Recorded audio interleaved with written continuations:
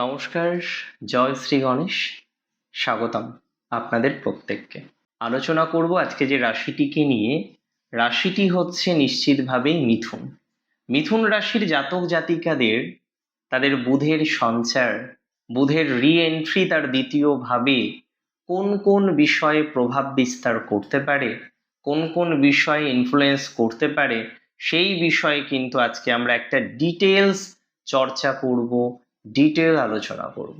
দেখুন, সবার প্রথমে আপনাদের বুঝতে হবে যে মিথুন রাশি সাপেক্ষে বুধ কি কি ভাবকে সিগনিফাই করে।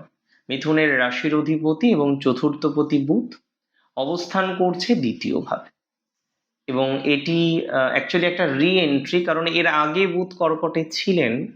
ডিউ টু ইটস রেট্রোগ্রেডেশন বুধ জেমিনাই বা মিথুনে প্রবেশ করেছিল, এবং পুনরায় তার ডিরেক্ট মোশন আসা, যে কারণে সে কিন্তু প্রবেশ করেছে বা প্রবেশ করতে চলেছে আগামী 5th আগস্ট কর্কট রাশির ঘরে।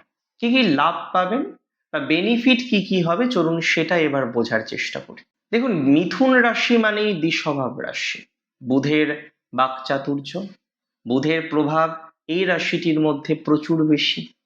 এখন বুধ ডিরেক্ট মোশনে কর্কটে প্রবেশ করবে, এবং বুধ, এটা মাথায় রাখবেন যে এই সময় আপনার কিন্তু যে ফোকাস বা হয় না, একটা এম থাকে প্রত্যেকের, যে আমি এই দিকে এগোবো, এই বিষয়গুলো নিয়ে চর্চা করব।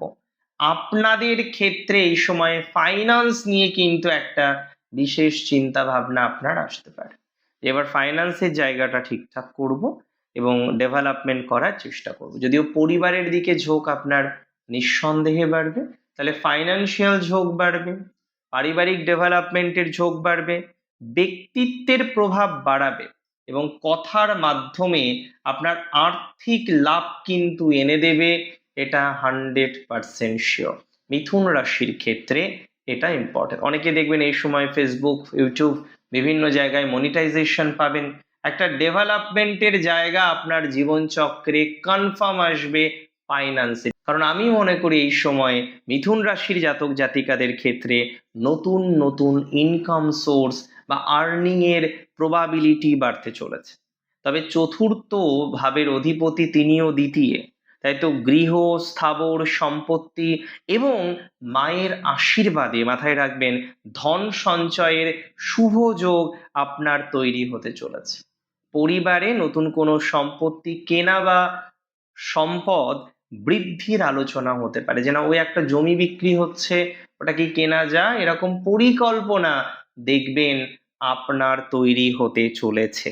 তবে মাথায় রাখবেন, নক্ষত্র পুনর্বসুতে যখন বুধ যাচ্ছেন 5th আগস্ট, তার আগে থেকেই যাচ্ছেন, যদিও সেটা মিথুন রাশিতে। পুনর্বসুতে বুধ থাকবেন 3 দিন, 5, 6, 7 আগস্টের।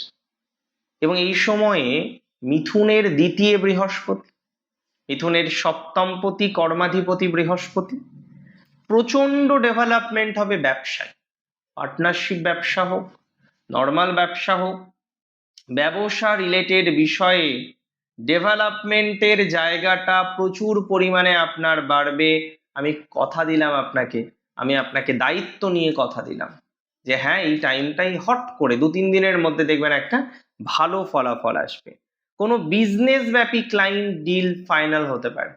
বিজনেসের সূত্রে একটা ভালো কোনো ডিল ফাইনাল করলেন, বিজনেস রিলেটেড কোনো বিষয় একটু কানেক্টেড হয়ে গেলেন, বিজনেস রিলেটেড বিষয়ে একটু কানেক্ট হওয়ার মতো সম্ভাবনা এই সময়ে কিন্তু আপনাদের আমরা লক্ষ্য করতে পারবো। বিজনেসে ইমপ্রুভমেন্টের জায়গা কিন্তু এই সময় আমরা লক্ষ্য করতে পারবো। বিজনেসে ডেভেলপমেন্টের জায়গা কিন্তু এই সময় আমরা লক্ষ্য করতে পারবো। এবং আমি খুব কনফিডেন্স নিয়ে দায়িত্ব সহকারে আপনাকে বলছি, বিজনেসের ইমপ্রুভমেন্টের জায়গা দেখা যাবে। এই সময় আয় বাড়বে, নতুন বিজনেস করার টেন্ডেন্সি বাড়বে। তবে জীবন সঙ্গীর মাধ্যমে বা শ্বশুর বাড়ির কোনো বিষয়ে আর্থিক লাভ হতে পারে মিথুনের। পরিবারে কোনো শুভ কাজের সিদ্ধান্ত বা কোনো শুভ কাজ, দীর্ঘদিন ধরে যে কাজটা আপনার হচ্ছে না, সেই কাজটা কিন্তু সম্পন্ন হওয়ার একটা সম্ভাবনা আমি লক্ষ্য করতে পারছি। তবে আমি আপনাদের বলে দিই একটা কথা, খুব দায়িত্ব নিয়ে বলে দিই। কি কথা বলুন তো? দেখুন, পুষ্যাতেও বুধ যাবে 15ই আগস্ট পর্যন্ত বুধ থাকবেন 7 তারিখের পর থেকে। এবং এই সময়ে যেহেতু শনি আপনার 8 and 9 লর্ড 10th হাউসে বসে আছে, এই সময়ে কিন্তু আপনার আকস্মিক কিছু লাভ হতে পারে। ধন সম্পত্তি লাভ হতে পারে, পৈতৃক সূত্রের কিছু লাভ হতে পারে, পুরনো কোনো টাকা, পুরনো কোনো পয়সা বা পুরনো কোনো ইনভেস্টমেন্ট করেছিলেন, সেই ইনভেস্টমেন্টের থেকে আপনার একটা রিটার্ন আসার কথা কিন্তু সেটা আসছে না, সেই রিটার্নটা কিন্তু আপনার এই সময়ে আসতে পারে। তবে মাথায় রাখবেন, ধর্মীয় এবং ভাগ্যভিত্তিক কোনো কাজের জন্য আপনার পরিবারের সাথে ছোটখাটো ভ্রমণ এই সময়ে কিন্তু হওয়ার প্রবণতা রয়েছে। ধর্মীয় কাজে ভ্রমণ হতে পারে, পারিবারিক সূত্রে কোনো ভ্রমণ হতে পারে। তবে এই সময় রেসপন্সিবিলিটি বাড়বে, নতুন কোনো রেসপন্সিবিলিটি নিয়ে আপনার এগিয়ে যাওয়ার প্রবাবিলিটি আমরা দেখতে পারবো, নতুন কোনো রেসপন্সিবিলিটি নেওয়ার প্রবণতা দেখতে পারবো। আপনি নতুন রেসপন্সিবিলিটি নিয়ে তাতে কিন্তু আপনি হ্যাপিও হবেন।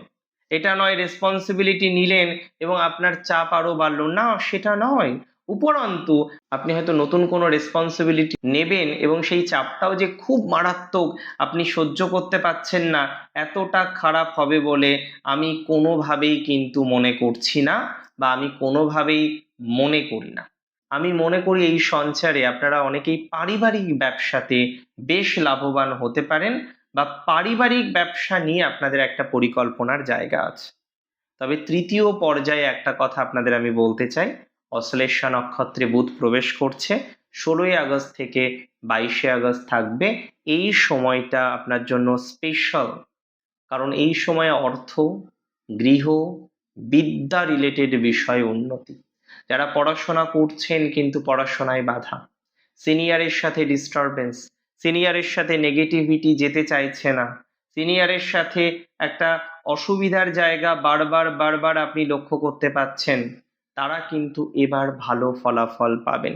সিনিয়র রিলেটেড ইমপ্রুভমেন্ট, আপনার কথার মাধুর্য এবং কূটনৈতিক বুদ্ধির জোরে অমীমাংসিত কোনো আর্থিক সমস্যা আপনার কিন্তু মিটে যাবে। যারা কনসালটেন্ট আছেন, শিক্ষক আছেন, ব্যাংকার বা মিডিয়া পার্সন আছেন, তাদের আর্থিক লাভ হবে।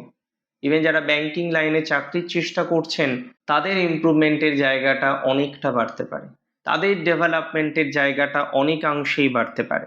আপনার কোনো সিদ্ধান্তের গুরুত্ব বাড়বে।